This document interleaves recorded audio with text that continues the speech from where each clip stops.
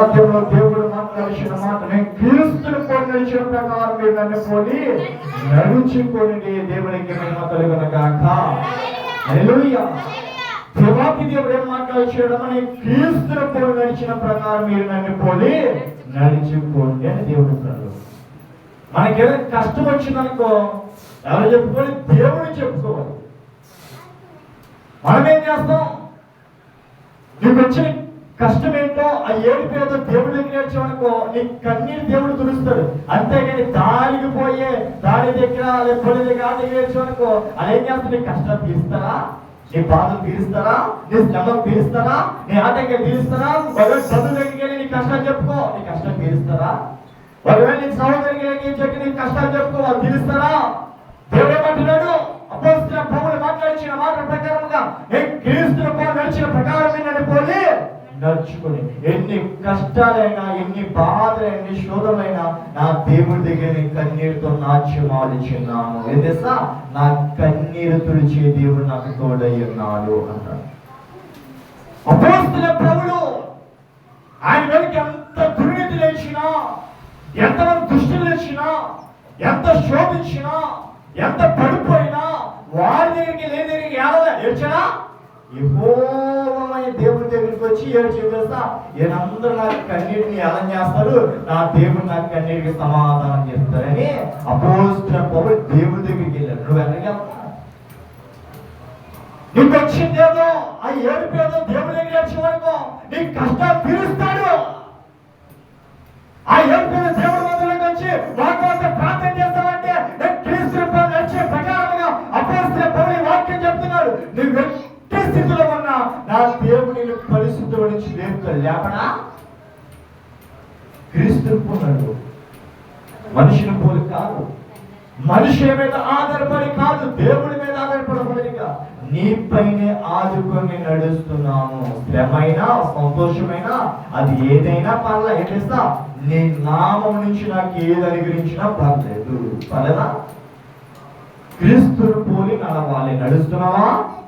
క్రీస్తుని పొందాలంటే చేతుల పైకి పట్టుకుని తెల్లబట్టలు వేసేసుకుని ఆదివారం ప్రార్థనకి వెళ్ళిపోయి ఎక్కడ ప్రార్థనకి వెళ్ళిపోతే క్రీస్తుని పొందాల్సి కాదు.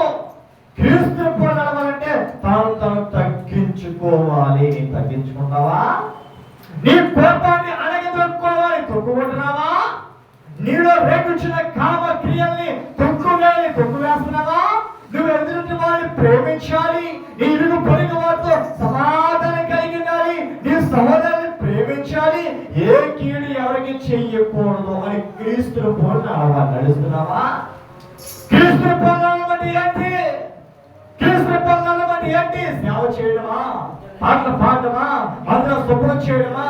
మందులో సేవ చేయడం కాదు. క్రీస్తుని పోలి నడవడం అంటే యెహోవాని వెంబడించాలంటే నీ పూర్వస్థితిని వదిలిపెట్టి ఇదిగో నూతన హృదయం దేవునికి ఇస్తున్నా. దేవునికి మహిమ కలుగును గాక.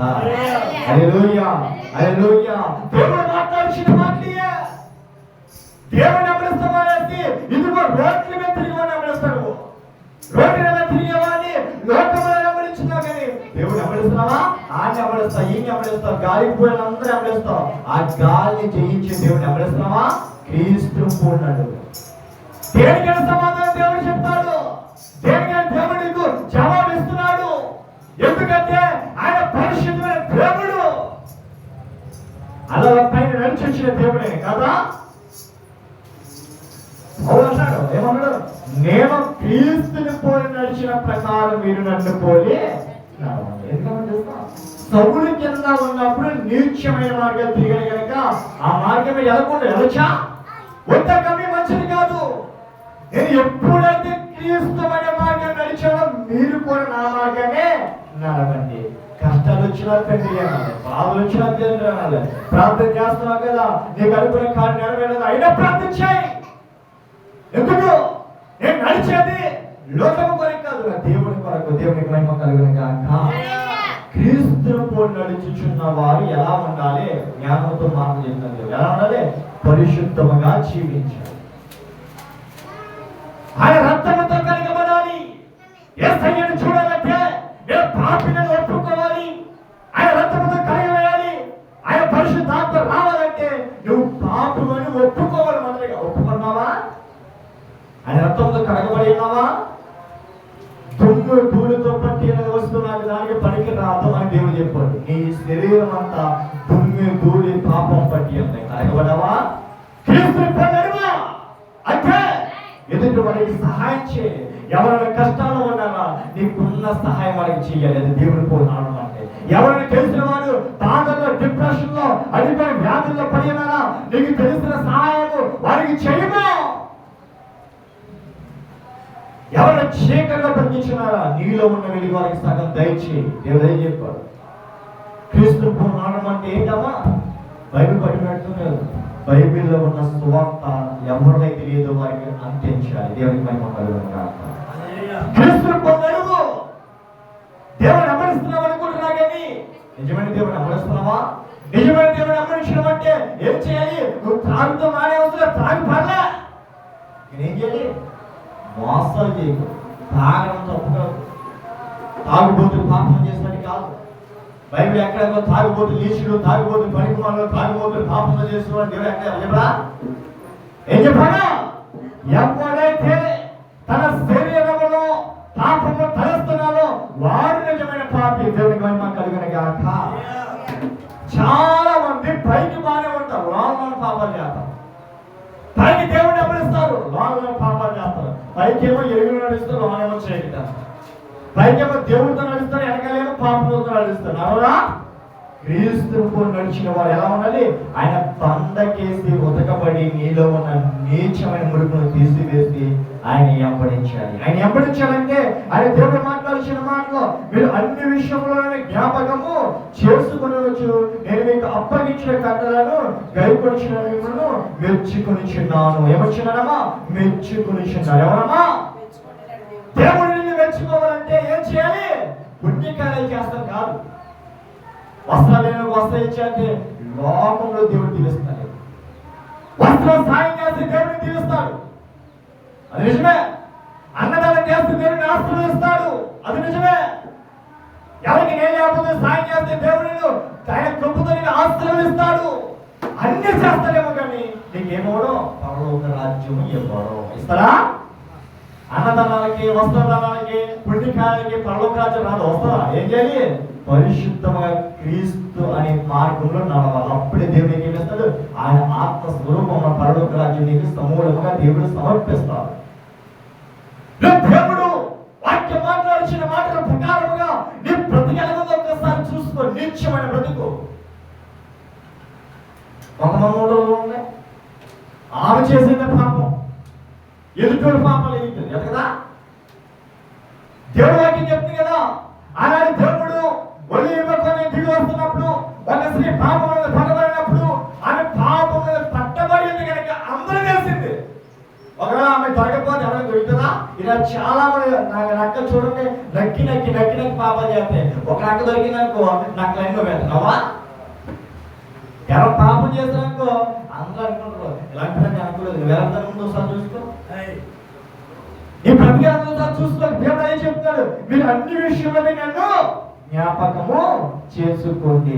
ఆ స్త్రీ పాపం చేస్తే దేవుడు ఏం చేస్తాడు? క్షమించి వాడు మనసు పొందించాడు. కానీ నీలాగా సరుగు రాలే అడిగా ఒకరి పిల్లలు నడుచుకోవడానికి అడ్డవంతులను దేవుడు అనగా దేవుడి యొక్క వాక్యం ప్రకారంగా మనిషికి చాటి లేదు అని దేవుడు వాక్యం చదివించింది.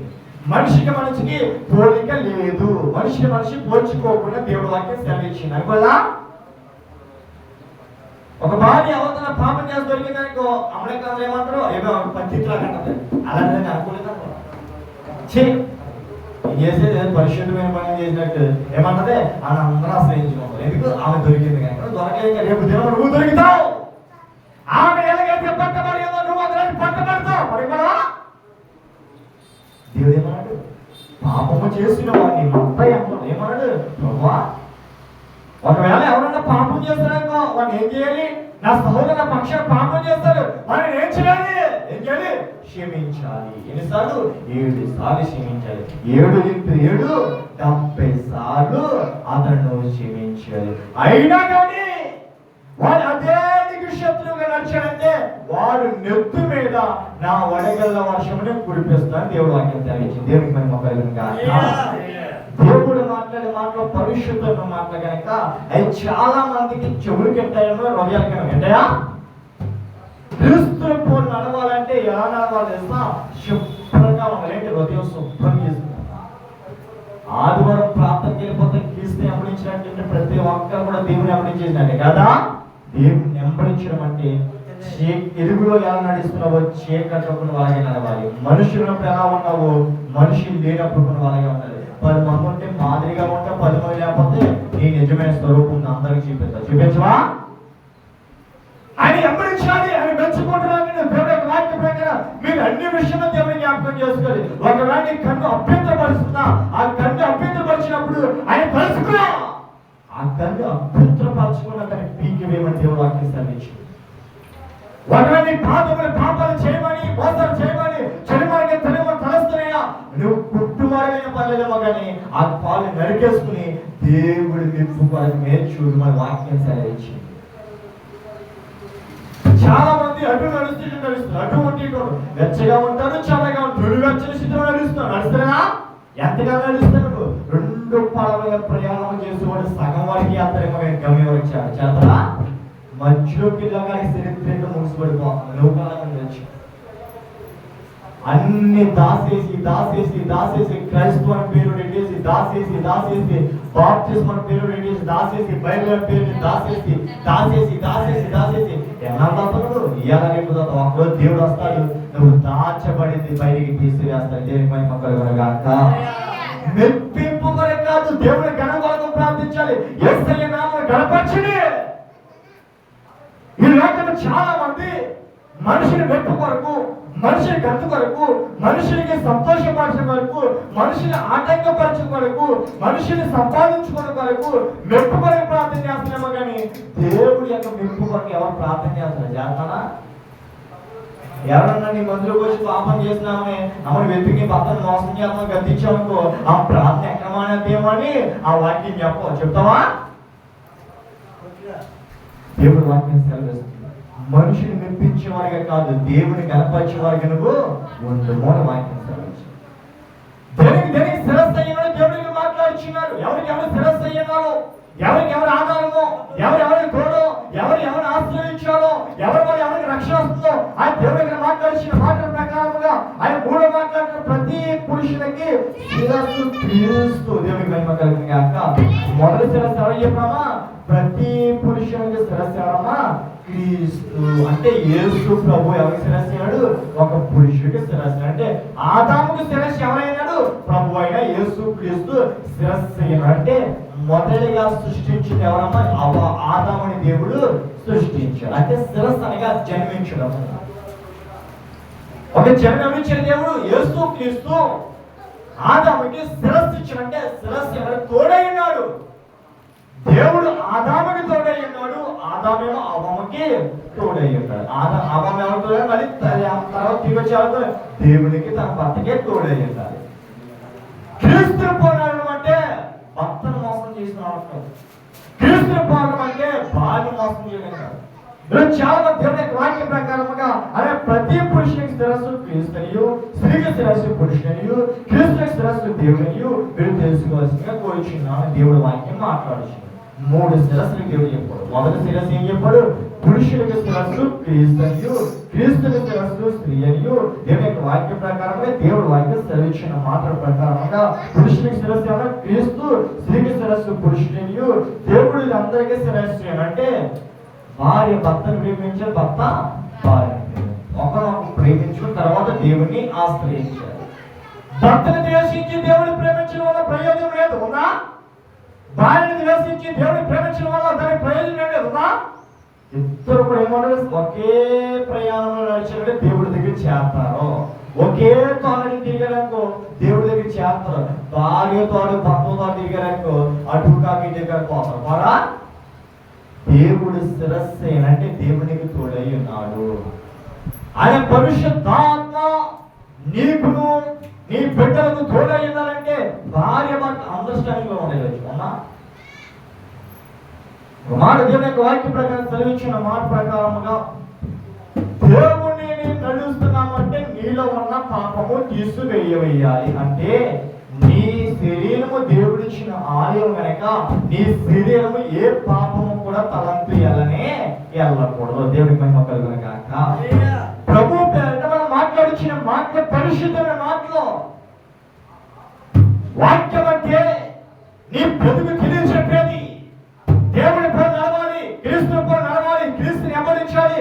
ఒక క్రీస్తు ఒక పురుషుడికి శిరస్సు ఎలాగున్నాడో అదే రీతిగా భార్య కూడా తన భర్తకి శిరస్సు ఉండాలి. ఉన్నావా?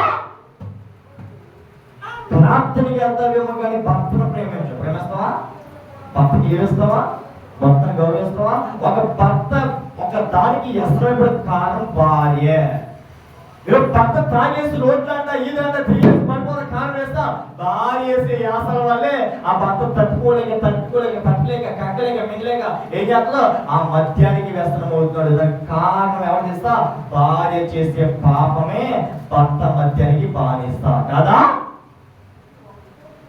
ఒక భర్త ఎందుకు అలా తేడాది కారణం వేస్తే ఒక భార్య నడిచే గమ్యం మంచిది కాదు కనుక ఒక భర్త పాడైపోతాడు. అవుతుంది కదా. వాక్యం సర్విస్తున్న వాటినే భార్య భర్త కొరకు, భర్త భార్య కొరకే కానీ ఎవరి కొరకు ఎవరిని కొలచా? ఒక స్త్రీ పురుషుడి కొరకు, పురుషుడు స్త్రీ కొరకే. వేరే పురుషుడికి వేరే స్త్రీ రాకూడదు, వేరే స్త్రీకి వేరే పురుషుడు రాకూడదు. వాక్యము సెలవిచ్చింది కదా.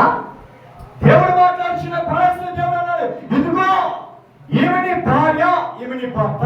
నీ శరీరం నీ భార్యకి, నీ భర్త శరీరము నీ భర్తకే తప్ప ఒకరేగా చూడాలి కానీ వేరే ఆమెకి ఏమవ్వకూడదు. నీ శరీరము సమర్పించకూడదని కొలస్సీలో దేవుడు అపోస్తలుడైన పౌలు ద్వారా దేవుడు వాక్యం మాట్లాడుచున్నాడు. ఇక దేవుడు అన్న మాటల ప్రకారంగా ప్రతి పురుషునికి శిరస్సు క్రీస్తు, స్త్రీకి శిరస్సు పురుషుడు. ఎవరమ్మా? స్త్రీ అనగా దేవుడి మూలముగా కలిగిన వారు కాదు. కలిగినామా? పురుషుడు అనగా దేవుడి మూలంగా కలిగిన వారు. పురుషుడి నుంచి కలిగిన స్త్రీ అంటే దేవుడు ఏదేని తోటలో అదామనే పురుషుని తయారు చేసి ప్రోత్సహించి నడిపించాడు. ఆమెకు ఒక తోడు కావాలని, అతనికి ఒక గమ్యానికి రావాలంటే ఒక తోడు కావాలని ఆయన సగ భాగం తీసేసి ఒక స్త్రీని అవమ్మగా దేవుడు సృష్టించి ఇద్దరు కూడా వివాహం అనే రీతిగా చూపించి భార్య భర్తలుగా ఏర్పరిచాడు. దేవుడికి మహిమ కలుగును గాక. దేవుడు ఏమన్నాడు? నేను నాకు ఎలాగైతే లోపడి ఉన్నావో నీ భార్యకి లోపడి ఉండాలి. మనవా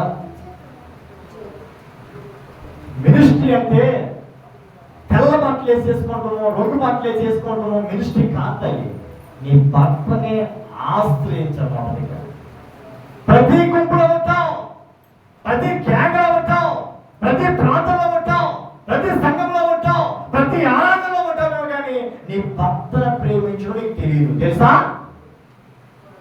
ఈ మాట ఏమనుకో చాలా మంది చూసుకుంటే ఎక్కువ చేత ప్రార్థన చేసిన భార్యలే భర్తను మోసం చేస్తారు. చేతనా? సగం ఏమో వచ్చి బైబిల్ పెట్టుకుంటారో భర్తలను మాయం చేసేస్తారు. చేయరా? భర్త ఏమో ఎలా ప్రేమిస్తారు చేస్తాం? దేవుని యొక్క వాక్య ప్రకారంగా దేవుడు మాట్లాడించింది. ఒక వీడియో చూసి ఉన్నాం. ఆమె వేరే ఒక దేశం వెళ్ళిందా, భర్త వదిలేసి పెట్టెలో వదిలేసి వేరొక దేశం పనిచేయడానికి వెళ్ళిందట. Social media video. ఆమె విదేశం వెళ్ళిన తర్వాత అక్కడికి వెళ్ళిన తర్వాత ఆమెకి మనకి టైమింగ్ లేదు కాబట్టి ఆమెకి ఏమైంది? నేను భర్త సగం మాట్లాడి మానేసుకోవడట. ఆమెకి ఏమనిపించింది? బోర్ కట్టి చిరాకు కొట్టి అక్కడ ఒక సహోదరుడితో ఏం పెట్టుకుంది? సహవాసం పెట్టుకున్నాట. దేవుడి మహిమ కలుగును గాక. అలా సహవాసం పెట్టుకున్నాడు.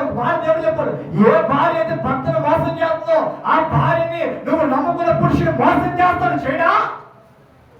అమంది నేను నా భర్తని ఏం మోసం చేస్తే నేను సహవాసం చేసిన నన్ను మోసం చేస్తాడు. దేవుడు అదే అన్నాడు, నువ్వేమిచ్చున్నావో అదే పంట నువ్వు తిరిగిపోయిచున్నావు. నీ భర్తతో ప్రేమగా ఉంటే నీకు అన్ని ప్రేమలు తోడై ఉంటాయి. అంటే ఏమైంది? నా భర్తను కాదని వేరే పురుషుడితో నేను నడిచాను, అన్ని విధాలుగా సహకరించాను. ఆతలోకి ఏమైంది? నేను నడిచిన నా ప్రియుడికి వేరే సాంకేతిక ఒక స్త్రీ సంబంధంగా వచ్చింది. నన్ను ఎలాగైతే అడ్డుకున్నాడు ఆమెనే సహవాసం చేసుకున్నాడు. నేను అన్నాను, ఏమంటామే, ఇదిగో నన్ను ప్రేమిస్తున్నా కదా, నాతో ఉన్నా కదా, ఇంకో ఆమె ఎత్తుకున్నామని అడిగినప్పుడు ఏమంది? నువ్వు కావాలి ఆమె కావాలని అంటారు. బ్రతకమని దేవుడు చెప్పింది నిజమే. భర్తే చిరకాలం తప్ప ఏ పురుషుడు మనకి చిరకాలం ఉండనే ఉండడు కదా. ఈ యొక్క చూడండి, నువ్వు అనుకున్న ప్రియుడు ఒకవేళ జ్వరం వచ్చి భయంకరమైన స్థితిలో ఉండి హాస్పిటల్లో అనుకో, నీకు వచ్చి సాయం చేస్తానా? నేను పైకి చెప్తానా? జబ్బు పట్టేసి మంచం మీద పడిపోతే నీ పనులు కన్నీటితో వెతుకుతాడా? ఏం చేస్తాడు? నువ్వు పోతే పోయావని వేరే ఆమెను చూసుకోడా నేను భర్త ఏం చేస్తాడు? చావైనా బ్రతికైనా ఏదైనా కష్టమైన నిందైనా ఆపదైనా ఏదైనా నీ భర్త నీకు తోడు ఉంటాడు. దేవుని మహిమ కలిగిన దేవుని తిరిగి వలసలు దేవుని తిరిగి చెప్పు. వివాహం అనేది అన్ని విషయంలో గమనమైనది. అందుకే నేను వివాహం అనేది లైసెన్స్ మీకు పెట్టాను అని దేవుడు చెప్పాడు. చెప్పలేదా? ఆనాడు నవాబు కాలంలో నవాబు తరంలో వివాహాల్లో ఉన్నాయా? పెళ్లిళ్ళలో ఉన్నాయా? ఏమని ఏ స్త్రీతో ఏదైనా చేసుకోవచ్చు, ఎవరిన సేవతో నడవచ్చు, ఎవరిన సేవతో నిలుచుకోవచ్చు, చేసుకోగలరా? అటువంటి పాపం అని దేవుడు చెప్పి ఏం చేస్తారు? ఇదిగో మీరు చేయించిన పాపం అని ఎవరేం చెప్పారు? ఇదిగో ఒక పురుషుడికి ఒక స్త్రీ ఉండాలి, స్త్రీకి ఒక పురుషుడే ఉండాలి. దేవుడు వాక్య ప్రకారంగా వారికి ఏం చూపించాడు? ఒక మార్గం చూపించాడు. చూపించదా? ఆనాడు జరిగింది, నాడు జరిగింది. జరిగింది కదా. బైబిల్ చేతిలో ఉంటుంది, ఫోన్ చేతిలో ఉంటుంది. బైబిల్ ఏమో కింద, ఫోన్ ఏమో చౌక. ఏం చేస్తాం? ఆ ఫోన్ పరిశుద్ధం నడుస్తున్నావా? దేవుని అమలు చేద్దాం ప్రభావ, దేవుని అమలు చేద్దాం ప్రభావ. కష్టాలు ఎందుకు వస్తాయి? పాపం చేద్దాం కష్టాలు వస్తాయి, లేదా పాపం ఎందుకు వస్తాయి? మరి నవాహుకి కష్టం రాలే, వచ్చిందా? ఏదైనా కష్టం రాలే, వచ్చిందా? నవాహుకి కష్టం వచ్చిందా? ఆనాకి కష్టం వచ్చిందా? దేనికి? వారిలో ఏ పాపము లేదు కనుక ఏ కష్టము కూడా వారికి రానే రాదు. కానీ మిగతా అందరికి కష్టం వచ్చింది. ఎందుకు? వారు పాపము చేసి కష్టాల నుంచి లేచాడు. కష్టములు ఎవరైతే పోగొట్టుకున్నారో వాడు పాపం పోగొట్టుకున్నాడు కదా. నీ కష్టాలు పోయినాయి, నీ పాపాలు పోయినట్టు. నీ ఆరోగ్యం సమృద్ధి అయిందంటే నీ ప్రియులో ఉన్న పాపాలు పోయినట్టే అని వాక్యం తెలుసు. భర్త భార్య మోసం చేయకూడదు, భార్య భర్తని మోసం చేయకూడదు. భార్య భర్తలు ఎవరు మోసం చేయకూడదు? దేవుడి పేరుని మోసం చేయకూడదు. దేవుడి వాక్యం ముఖాముఖిగా మాట్లాడచ్చు. ప్రభుని అమరించామని వచ్చాం. మనిషిని ఆధారం కాదు, మనిషిని ఆశ్రయించి కాదు, ఎవరిని నమ్ముకుని ఏం చేయకు. దేవుడైనా ఆశ్రయము, చావైనా బ్రతికైనా కీడైనా మేలైనా ఏదైనా నా దేవుడి కొరకే. దేవుడికి మహిమ కలుగును గాక. హల్లెలూయా, హల్లెలూయా. కృపా సత్య సంపూర్ణమైన దేవుని యొక్క పరిచయంలో మనం ఉన్నామంటే దేవుని అమరించాలి. ఆది కాలం నుంచి మలాకీ గ్రంథం వరకు, మత్తయి సువార్త నుంచి ప్రకటన గ్రంథం వరకు వాక్యం అంతా తిప్పబడితే ఎక్కడ మందిరము మందిరము మందిరము మందిరము మినిస్ట్రీలు బియ్యలే ఉన్నాయా? మినిస్ట్రీ అంటే సంపాదించుకున్నాడు. ఆ మినిస్ట్రీ ఏంటి? భర్తను ప్రేమించే గుణాలు లేవు. అయ్యగారు ప్రేమించవద్దా? దేవుడు ప్రేమిస్తవద్దా? ఆ భర్త తాగేసి రోడ్డు వెళ్ళిపోయినా అది తిన్నాడా ఉన్నాడా చచ్చమా గడాసా? భర్త చచ్చిపోయాక అన్ని సేవలు ఇప్పుడే మా అయ్యగారు జీవించాను. దేవుడికి మహిమ కలుగును గాక. మా తల్లి చెప్పింది కదా, నా భర్తగా చూపించింది కూడా నీకు చూపిస్తాను. ఏం చూపిస్తాను?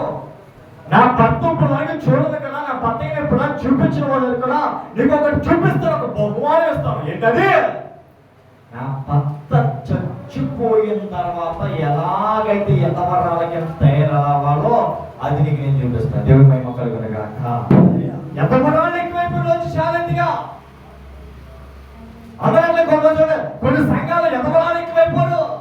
దేవుడి పేట ఎదవరాలు ఎక్కువైపోరు. ఎదవరాలు భర్తను మోసం చేసి ఎదవరాలు ఎక్కువైపోరు. దేవుడి మహిమ కలుగును గాక. అందుకే వాక్యం ఎందుకు చేసి ఎదవేస్తారో తెలుసు. నేను మొత్తం మోసం చేస్తా అంటే నా పేరు కూడా పోయినట్టే అర్థం అవుతుంది కదా. అందుకే ఎదవరాలు వేస్తారు చేస్తాను. దేవుడికి మహిమ కలుగును గాక. అంటే దేవుడికి సంఘంలో కలిసిపోయేది కాదు. గ్రూపింగ్ మరి మనిషి ఇది. నేను రాయబారమండి, దేవుడి పెట్టమండి, యేసుప్రభు పెట్టమండి, నేను ఆకాశం నుంచి దిగబడిన వాళ్ళమండి, మేము నీతిమంతులమండి, పరిశుద్ధులమండి. ఇదిగోండి మేము వివేకాంతో బైబిల్ చదువుతూనే ఉంటామండి. మినిస్ట్రీని మాది 24 గంటలు ముసుగు వేసుకుంటామండి. ఆ ముసుగులోనే చేస్తున్న ఉదస్తమైన పాపాలు కదా. బైబిల్ చదువుతున్నాను, పాపం చేస్తున్నాను, వాక్యం వింటున్నాను, నీ భర్తను మోసం చేయడం మాను. ఎందుకేం చేస్తావు? ప్రార్థనకి రావడం వస్తున్నావా? ఎప్పుడైతే నీలో ఉన్న చెడు తలంపు తీసేస్తావో అప్పుడే దేవుని దీవిస్తావు కదా. క్రీస్తుకు నడవడం అంటే అందరూ ఒక పట్ల వేసేసుకోవడం కాదు తల్లి. క్రీస్తుకు నడవడం అంటే అందరూ ఒకేలా ఉండడం కాదు, మనసులు కలిసి నడవాలి. నడుస్తున్నాయా? ఒక కుటుంబంలో అందరు సమాధానంగా ఉంటారేమో, మనసులో సమాధానం ఉంటాయా? గ్రామంతా అయ్యదు. మా ఇంట్లో 3 కోళ్ళు ఉన్నారండి. 3 కోళ్ళు కూడా నేను రగమంటే లేకపోతే కూర్చోమంటే ఒక్క తోట మీద నడిపెడుతున్నానండి అన్నమాట. ఎవరితోటి? 5 దగ్గరికి వచ్చాను. దేవుడి మహిమ కలుగును గాక. పెద్ద కోళ్ళకి వివాహం ఎన్ని సంవత్సరాలు అవుతుందమ్మా? 2 సంవత్సరాలు. రెండో కోళ్ళకి సంవత్సరం, 2 సంవత్సరాలు అవుతుంది. మూడో వాడికి సంవత్సరం అవుతుందండి. 5 రాలేకే రాదంట. 5 వచ్చే ప్రాంతం మాట్లాడదండి. అంటే కొత్త మార్గం కలిగి వెళ్తుంది. తర్వాత కోళ్ళ అంటే మొహం గుర్తు వచ్చి అమ్మా దేవుడు వాటిని సంధిస్తుంది. వాటినే నువ్వు దేవుడు అమ్మడించిన దానివైతే నిజంగానే అందరూ ప్రేమించాలి. ప్రేమిస్తున్నావా? రూతో ఏం చేస్తుంది? భర్తను చచ్చిపోయినా కానీ ఎలా ప్రేమించింది? తల్లిగా ప్రేమించింది. ఈరోజు భర్తగా కూడా భర్త ముందే తల్లి కొట్టేసి భార్య లేరా? మరి గొప్పవాడిగా బయటకు వచ్చి మీసాల మీద వేసి నేను గొప్పవాడి గొప్పవాడి 10 మంది 10 మంది తీర్పు తీర్చోడికి అతను లోన తల్లిని కొట్టి అతను మాట్లాడేవాడు దేవుడు అన్నమాట. పనికి మన సోమరభూతుడా, నీ తల్లిని కొడతా నీ భార్యను మార్చి తర్వాత ఊళ్ళో ఉన్న వాళ్ళు మార్చిరా అని దేవుడు వాక్యం చేసి ఏం చేస్తా? అందరి ఇంట్లోకి వెళ్ళి అన్ని తీర్పులు తిరుగుతారు కానీ ఇంట్లో తీర్పు చేస్తారు. తిరుగుతారా? కొంతమంది చూడండి, అన్నింట్లో అన్ని వెతుక్కుపోతారు. అంత ఇంట్లో అన్ని గుట్లు వెతుక్కుంటారు. వీళ్ళ ఇంట్లో గుట్టి ఎవరు చెప్తారా? అలా అనుకుంటారా? మా ఇంట్లో గుట్టి ఎవరికి వెళ్ళి కదా, మా ఇంట్లో ఎవరికి వెళ్ళి కదా, ఎవరికి వెళ్ళి అనుకునేమో అందరూ వేసి దేవుని మహిమ కలుగును గాక. హల్లెలూయా, హల్లెలూయా. నువ్వు చేసిన తప్పు అంట ఏమనుకో, నా చెప్పులు ఎక్కడ ఉన్నాయి కదా అనుకుంటామంట. నేను చేసిన ఎక్కడ ఉంది కదా, నేను చెప్పులు ఎక్కడ కదా ఎవరు చెప్పాము. ఈ చెప్పు నీకన్నా ముందు రోడ్డు వేసి వచ్చా వేసావా కూడా అని చెప్పాను. ఏం చెప్తే ఇదిగో నా ఎదగని ఏం చేశాడు? తప్పు చేసేది చెప్తే చెప్పాడు. దేవుడు అని ఏం చెప్పి ఎంట్లో నుంచుంటే చెప్పులు వెంటనే తెలుస్తుంది. ఆకలిదప్పుడు ఉంటే ఆహారం వెంటనే తెలుస్తుంది. దాహంలో పడినప్పుడు దాహం వెంటనే తెలుస్తుంది. పాపంలో పడిన కనుక దేవుడి నీకు ఇంకా తెలుసా? ఒకనాడు నువ్వు ఎంతో నిలబడినప్పుడు దేవుడి తెలుస్తుంది. ఒకనాడు ఆకలిదప్పుడు పడినప్పుడు దేవుడి తెలుస్తుంది. దేవుడు పరిశుద్ధమైన దేవుడైన జాగ్రత్త చూస్తున్నాడు. ఇక్కడ ఏం చేయగలదు, ఏం చేయనుకున్నావా? వస్తాడు దేవుడు వస్తాడు, తీస్తాడు. నీలోన పాపము దేవుడు తీస్తాడు. దేవుడు వాక్యము సెలవిచ్చింది. గమ్యము చేరాలంటే, దేవుడికి చేరాలంటే నీలో ఉన్న గుప్తమైన ఆత్మ తీసివేసి పరిశుద్ధాత్మను నిరూపించుకోవాలి. దేవుడిని నువ్వు కోరి నడవాలి. దేవుడికి చాటి లోకంలో ఏది లేదన్నా, ప్రభువుకి ఈ లోకంలో చాటి అనేది ఏది లేదన్నా, ఏమి లేదు.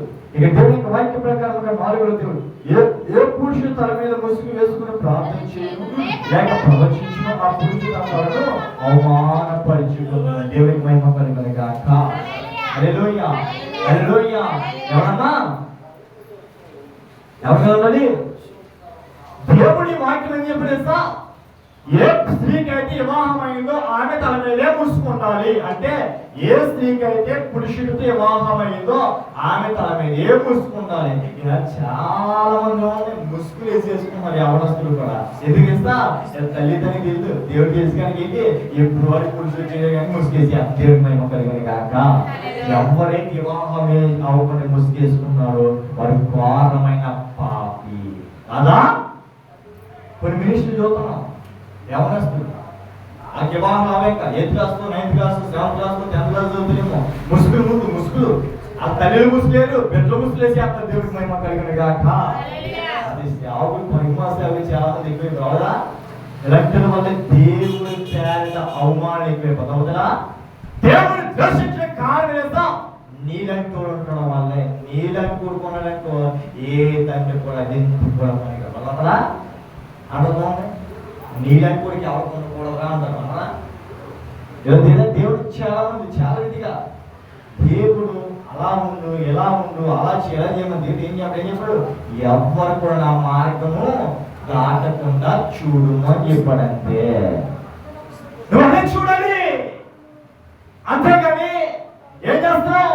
ఇలా చాలా మంది డెవలప్మెంట్ చేస్తారు, సంఘాలు డెవలప్మెంట్ చేస్తారు, మినిస్ట్రీ డెవలప్మెంట్ చేస్తారు, సంఘాన్ని అభివృద్ధి పరుస్తారు. కానీ సంఘంలో మనుషులు నడిచే పాపాలు ఎవరికి వస్తేనే చేతనా కృపాతో మనం నడవాలి. ఏ పురుషుడైతే తన తల మీద ఏం వేసుకున్నాడు? ముసుగు వేసుకున్నాడు. వాడు ఏం చేస్తున్నాడు? తన తలను అవమానపరుచుకున్నాడు. అవమానపరచుకోవడం అంటే ఏం చేస్తా? ఇదిగో ఎవరైతే తన తల అవమానపరచుకుంటే పాపం చేసుకుని చూడండి, ఎవరైనా 10 మంది మాట్లాడుకుంటే అక్కడికి ఏం జరిగింది? అవమానం కలిగింది. 10 మంది చెప్పమే కొట్టడానికి అక్కడ ఏం జరిగినట్టు? అవమానం కలిగినట్టు. అంటే ఏ పురుషుడు తన మీద ముసుగు చేసుకుని నడుస్తున్నాడో అది దేవుడి దృష్టిలో అవమానం కలిగినట్టు. ఏ స్త్రీ అయితే తల మీద ముసుగు లేదో ఆమె స్తోత్రం చేసుకున్న స్త్రీతో సమానము కదా. ముసుగు లేదు జీతాలు కూడా అవునా? ముసుగేసుకుంటే ఏం చేస్తారో కొత్త సున్నీగా చేసుకున్నాను తలకి 5వ రోజు ఆ సున్నీ నీకు గుర్తురైపోతావులా? దేవుని కూడా నడవాలన్నమాట. ఎప్పుడైతే దేవుని కూడా నడుస్తున్నావో నీకు ఎన్ని కష్టాలు వచ్చినా, బాధలు వచ్చినా, శోధనలు వచ్చినా, ఇబ్బందులు వచ్చినా నా తండ్రి అంతే నేను ఉంటాను అని అంటావు. నా తండ్రి నాకు ఆధారము, నా తండ్రి నాకు ఆశ్రయము, నా దేవుడు నాకు తోడై ఉన్నాడని నువ్వు నడుచుకోవాలి. నీకేమేమి వచ్చినా దేవునికి తోడై ఉంటాడు. అవునా? అప్పు చేయకు, అప్పు ఇప్పించుకో. తెలుసా? అప్పు చేస్తాం తప్పే, అప్పు ఇప్పించడం కూడా తప్పే కదా. అప్పు ఇప్పించిన చెడ్డవడవుతావు, అప్పు ఇవ్వకపోయినా చెడ్డవడవుతావా? వాడికి నువ్వేంటి సాయం చేసినా చెడ్డవడవుతావు, సాయం చేయకపోయినా చెడ్డవడవుతావా? దేవుడు అంటున్నాడు అప్పిచ్చిన ద్రోహం అవడం కన్నా అప్పుడు ఉన్న మిత్రులు ఉండడమే మంచిది అని దేవుడికి సెలవిచ్చింది. సో బంధువులకి అప్పించుకోవడానికి ఏమాత్రం శత్రులు అవునా? ఎందుకో ధనం అంట ఎటువంటి వానైనా చీల్చి వేస్తారు, చీల్చివేదా కానీ దేవుడు కలుగుతాడు కనుక ఎక్కువ కృపాసక్తి సంపూర్ణ కనుక ఆయన మార్గం ఏం చేయడు? ఎంబడించాడు. ప్రభువుని మనం ఆ మార్గం నడవాలి. ఆయన పరిశుద్ధమైన దేవుడు కనుక నువ్వు కూడా పరిశుద్ధంగా ఉండాలి. ఆయన పరిశుద్ధమైన దేవుడు ఎటు చూసారా? దేవుడి బిడ్డల మనం దేవుడు బంగారాన్ని ఆశ్రయించిన, ఏ స్త్రీని ఆశ్రయించిన, ఏదికు ఆశ్రయించిన, సుఖభోగాన్ని ఆశ్రయించిన, ఏం ఆశ్రయించాడు? నా నామమున ఎవరికి ఏ హాని కలగనే కలగకూడదు అని అన్నాడు. కానీ నాకు అది కావాలా? నువ్వు దేవుడి బిడ్డవైతే దేవుళ్ళని కలవాలంటే దేవుడు ఎక్కడ కూడా బంగారం కోసం ప్రార్థన చేయలే, ఎక్కడ కూడా సుఖభోగాల కోసం ప్రార్థన చేయలే. ఏం చేస్తాడు? రోగుల కొరకే ప్రార్థించాడు. దేవుడు కుమారుడు అయితే నువ్వు కూడా రోగుల కొరకే చేసి ప్రార్థించు. దేవుడికి మహిమ కలుగును గాక. అపోస్తలుల పౌలు చాలా భయంకరమైన మాటలు మాట్లాడతాడు. అందుకే అపోస్తలుల పౌలు ఇశ్రాయేలు దేశంలో సువార్త చెప్పుచుండగా కొంతమంది శాస్త్రులు, పరిచయులు ఆయన కాపు కాసి ఏం చేస్తాడు? దొంగల గృహంలో పడేసి బంధించి శరసాలో పడేశాడు. ఎందుకు చేస్తా? ఇటువంటి వారు ఉన్నారంటే మన సంఘాలు ఏమైపోతాయి? ఎందుకు పనికి రాకుండా పోతాయి. బావా దేవుడి పేరు ఎవరు రారు. ఎందుకు? అపోస్తలులైన పౌలు అంటే వారు ఎవరున్నారనుకో ఈరోజు ఎవరు కూడా ప్రార్థనకు రారు. వస్తారా? ఎందుకు? అపోస్తలులైన పౌలు మనిషి బతుకునగా చంపేస్తాడు మాటలతో. ఎలాగా? నువ్వు చేసేది మాటలతో, వాక్యంతో చెప్పేసి నీ హృదయాన్ని పడగొట్టేసి అటువంటి అపోస్తలులైన పౌలుని ఏం చేయాలనుకోడు?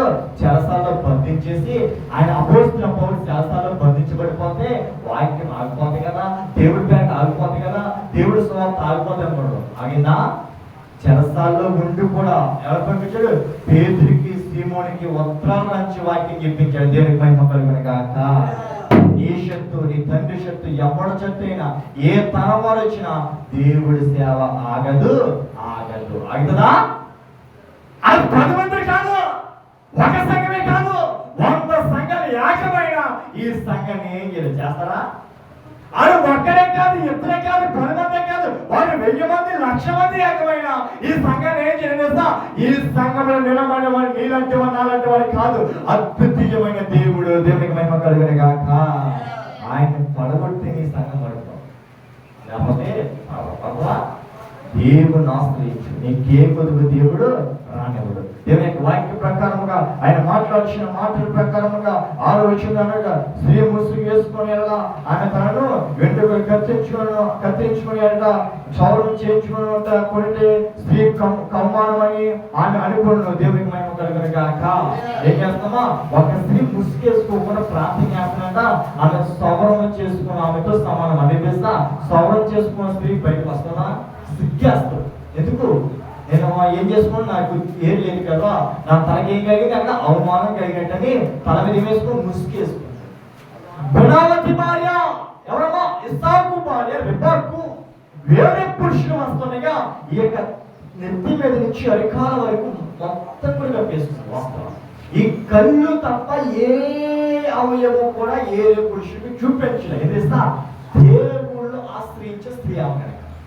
దేవుడిని నమ్ముకున్న స్త్రీ ఏం చేస్తుంది తెలుసా, తన భర్తకి తప్ప వేరే వాడికి ఏది కూడా సాగకుండా ఇస్సాకు వారి రిబెక్కకి చేసింది.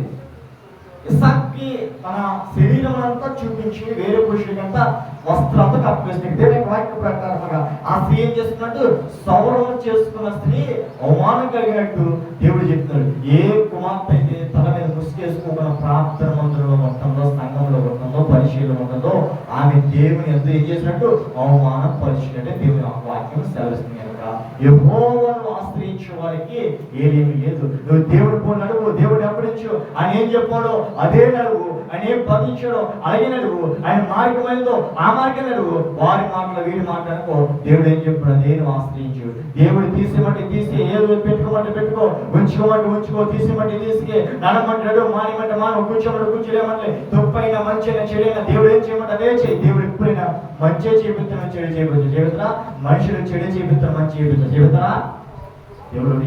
దేవుడేమో మంచి చేస్తాడు, మనుషులేమో చెడుగా చేస్తాడు. దేవుడికి మనిషికి ఏం చేస్తామంటే దేవుడేమో చెడ్డవాడిని మంచివాడిగా మారుస్తాడు, మనుషులేమో మంచివాడిని చెడ్డవాడిగా మారుస్తాడు. దేవుడికి మనిషికి అదే తేడా. దేవుడేమో అది ఎంత ఎదిగినా ఒదిగుంటాడు. దేవుడు ఏం చేస్తాడు, ఆ దేవుడి ముందు అప్పుడు ఎంత ఎదిగినా ఒదిగే ఉంటాడు దేవుడు. కానీ మనం ఏం చేస్తాం, మన కళను వెలిగితే ఒదుకుంటామా, ఆడు అలాంటోడు, అది భార్య అలాంటిది, వాళ్ళ బిడ్డలు అలాంటోడు, అలా చేస్తా కనుక ఇలా సంపాదించాడు, వాళ్ళతో వీళ్ళతో సంబంధం పెట్టుకుని వాటికి అలా చేసుకున్నాం, ఇలా తీసేసుకున్నాం, అలా పెట్టి ఏమో పండిస్తా అది బాగుపడతా. నీ కంటికి నచ్చా, నీ నోటికి నచ్చా కనుక నీ నోటికి నీ కంటికి ఏం లేదు, అదుపు లేదు. అవునా, అది నీకన్నా బాగా డెవలప్మెంట్ అయిపోతున్నావు. అది కష్టపడి కష్టపడి కష్టపడి శ్రమలు వచ్చి ఏదేదో ప్రయత్నం చేసి ఇల్లు కట్టుకుంటే వాడు నేను కూడా అలా కట్టగలను, ఏం చేసి అన్ని చేసి కట్టగలను. కానీ నీతిమంతుని కనుక ఏంటి ఈ గుడితోనే బతుకుతున్నాను. ఏమన్నాడు, నీతిమంతులకి ఏ పొదుగు దేవుడు రానివ్వడు అనేస్తారా. అది చెట్టు అయినా మొక్క వలన నేను చేస్తా దేవుడు చెప్పాడు. నువ్వు నివసించే పంతుల గృహం అయినా దేవుడు ఏం చేస్తాడు, పరిశుద్ధమైన గృహం కానీ దేవుడు చేస్తాడు. నేను ఎక్కడంటునో అక్కడ నా శత్రువుకి చెయ్యము అని దేవుడు వాక్యము సెలక్షన్ కనుక యెహోవాను వెంబడించు, యెహోవా మార్గం నడువు. యెహోవా ఎలాగైతే అపోస్తున్నప్పుడు దేవుడు మార్గం నడిచాడు, నీవు అట్లా నడిచి నువ్వు అనేకమైన పెట్టిన దేవుని వైపు నడిపించి అనేకమైన పెట్టిన అపోస్తున్న పౌలు ఎలాగైతే మార్పు పొందించాడు, 20 లక్షల మంది అపోస్తున్న పౌలు 20 లక్షల మందిని మార్చిన ప్రకారంగా 20 లక్షల మంది అసలే నీ కుటుంబం నీ భర్తను మార్చు, నీ కుటుంబం నీ భార్య మార్చు, నీ కుటుంబంలో నీ తాగుబోతు బిడ్డలు మార్చు, నీ కుటుంబం నీ పాలు మార్చు, నీ అత్తను మార్చు, నీ మాంగని మార్చు, నీ తండ్రిని ఏదో ఒకరు మార్చామంటే అదే దేవునికి ఘనత. దేవుని యొక్క వాక్యం తెలిసి కనుక అన్ని సహవాసం నీకు వెలుగుతో దీవించి ఆశ్రయించి నడిపించబడి కనుక ఆమె ప్రార్థన చేసుకున్న ప్రతి ఒక్కరు మోకరించి మమ్మల్ని ఆశ్రయం నడిపి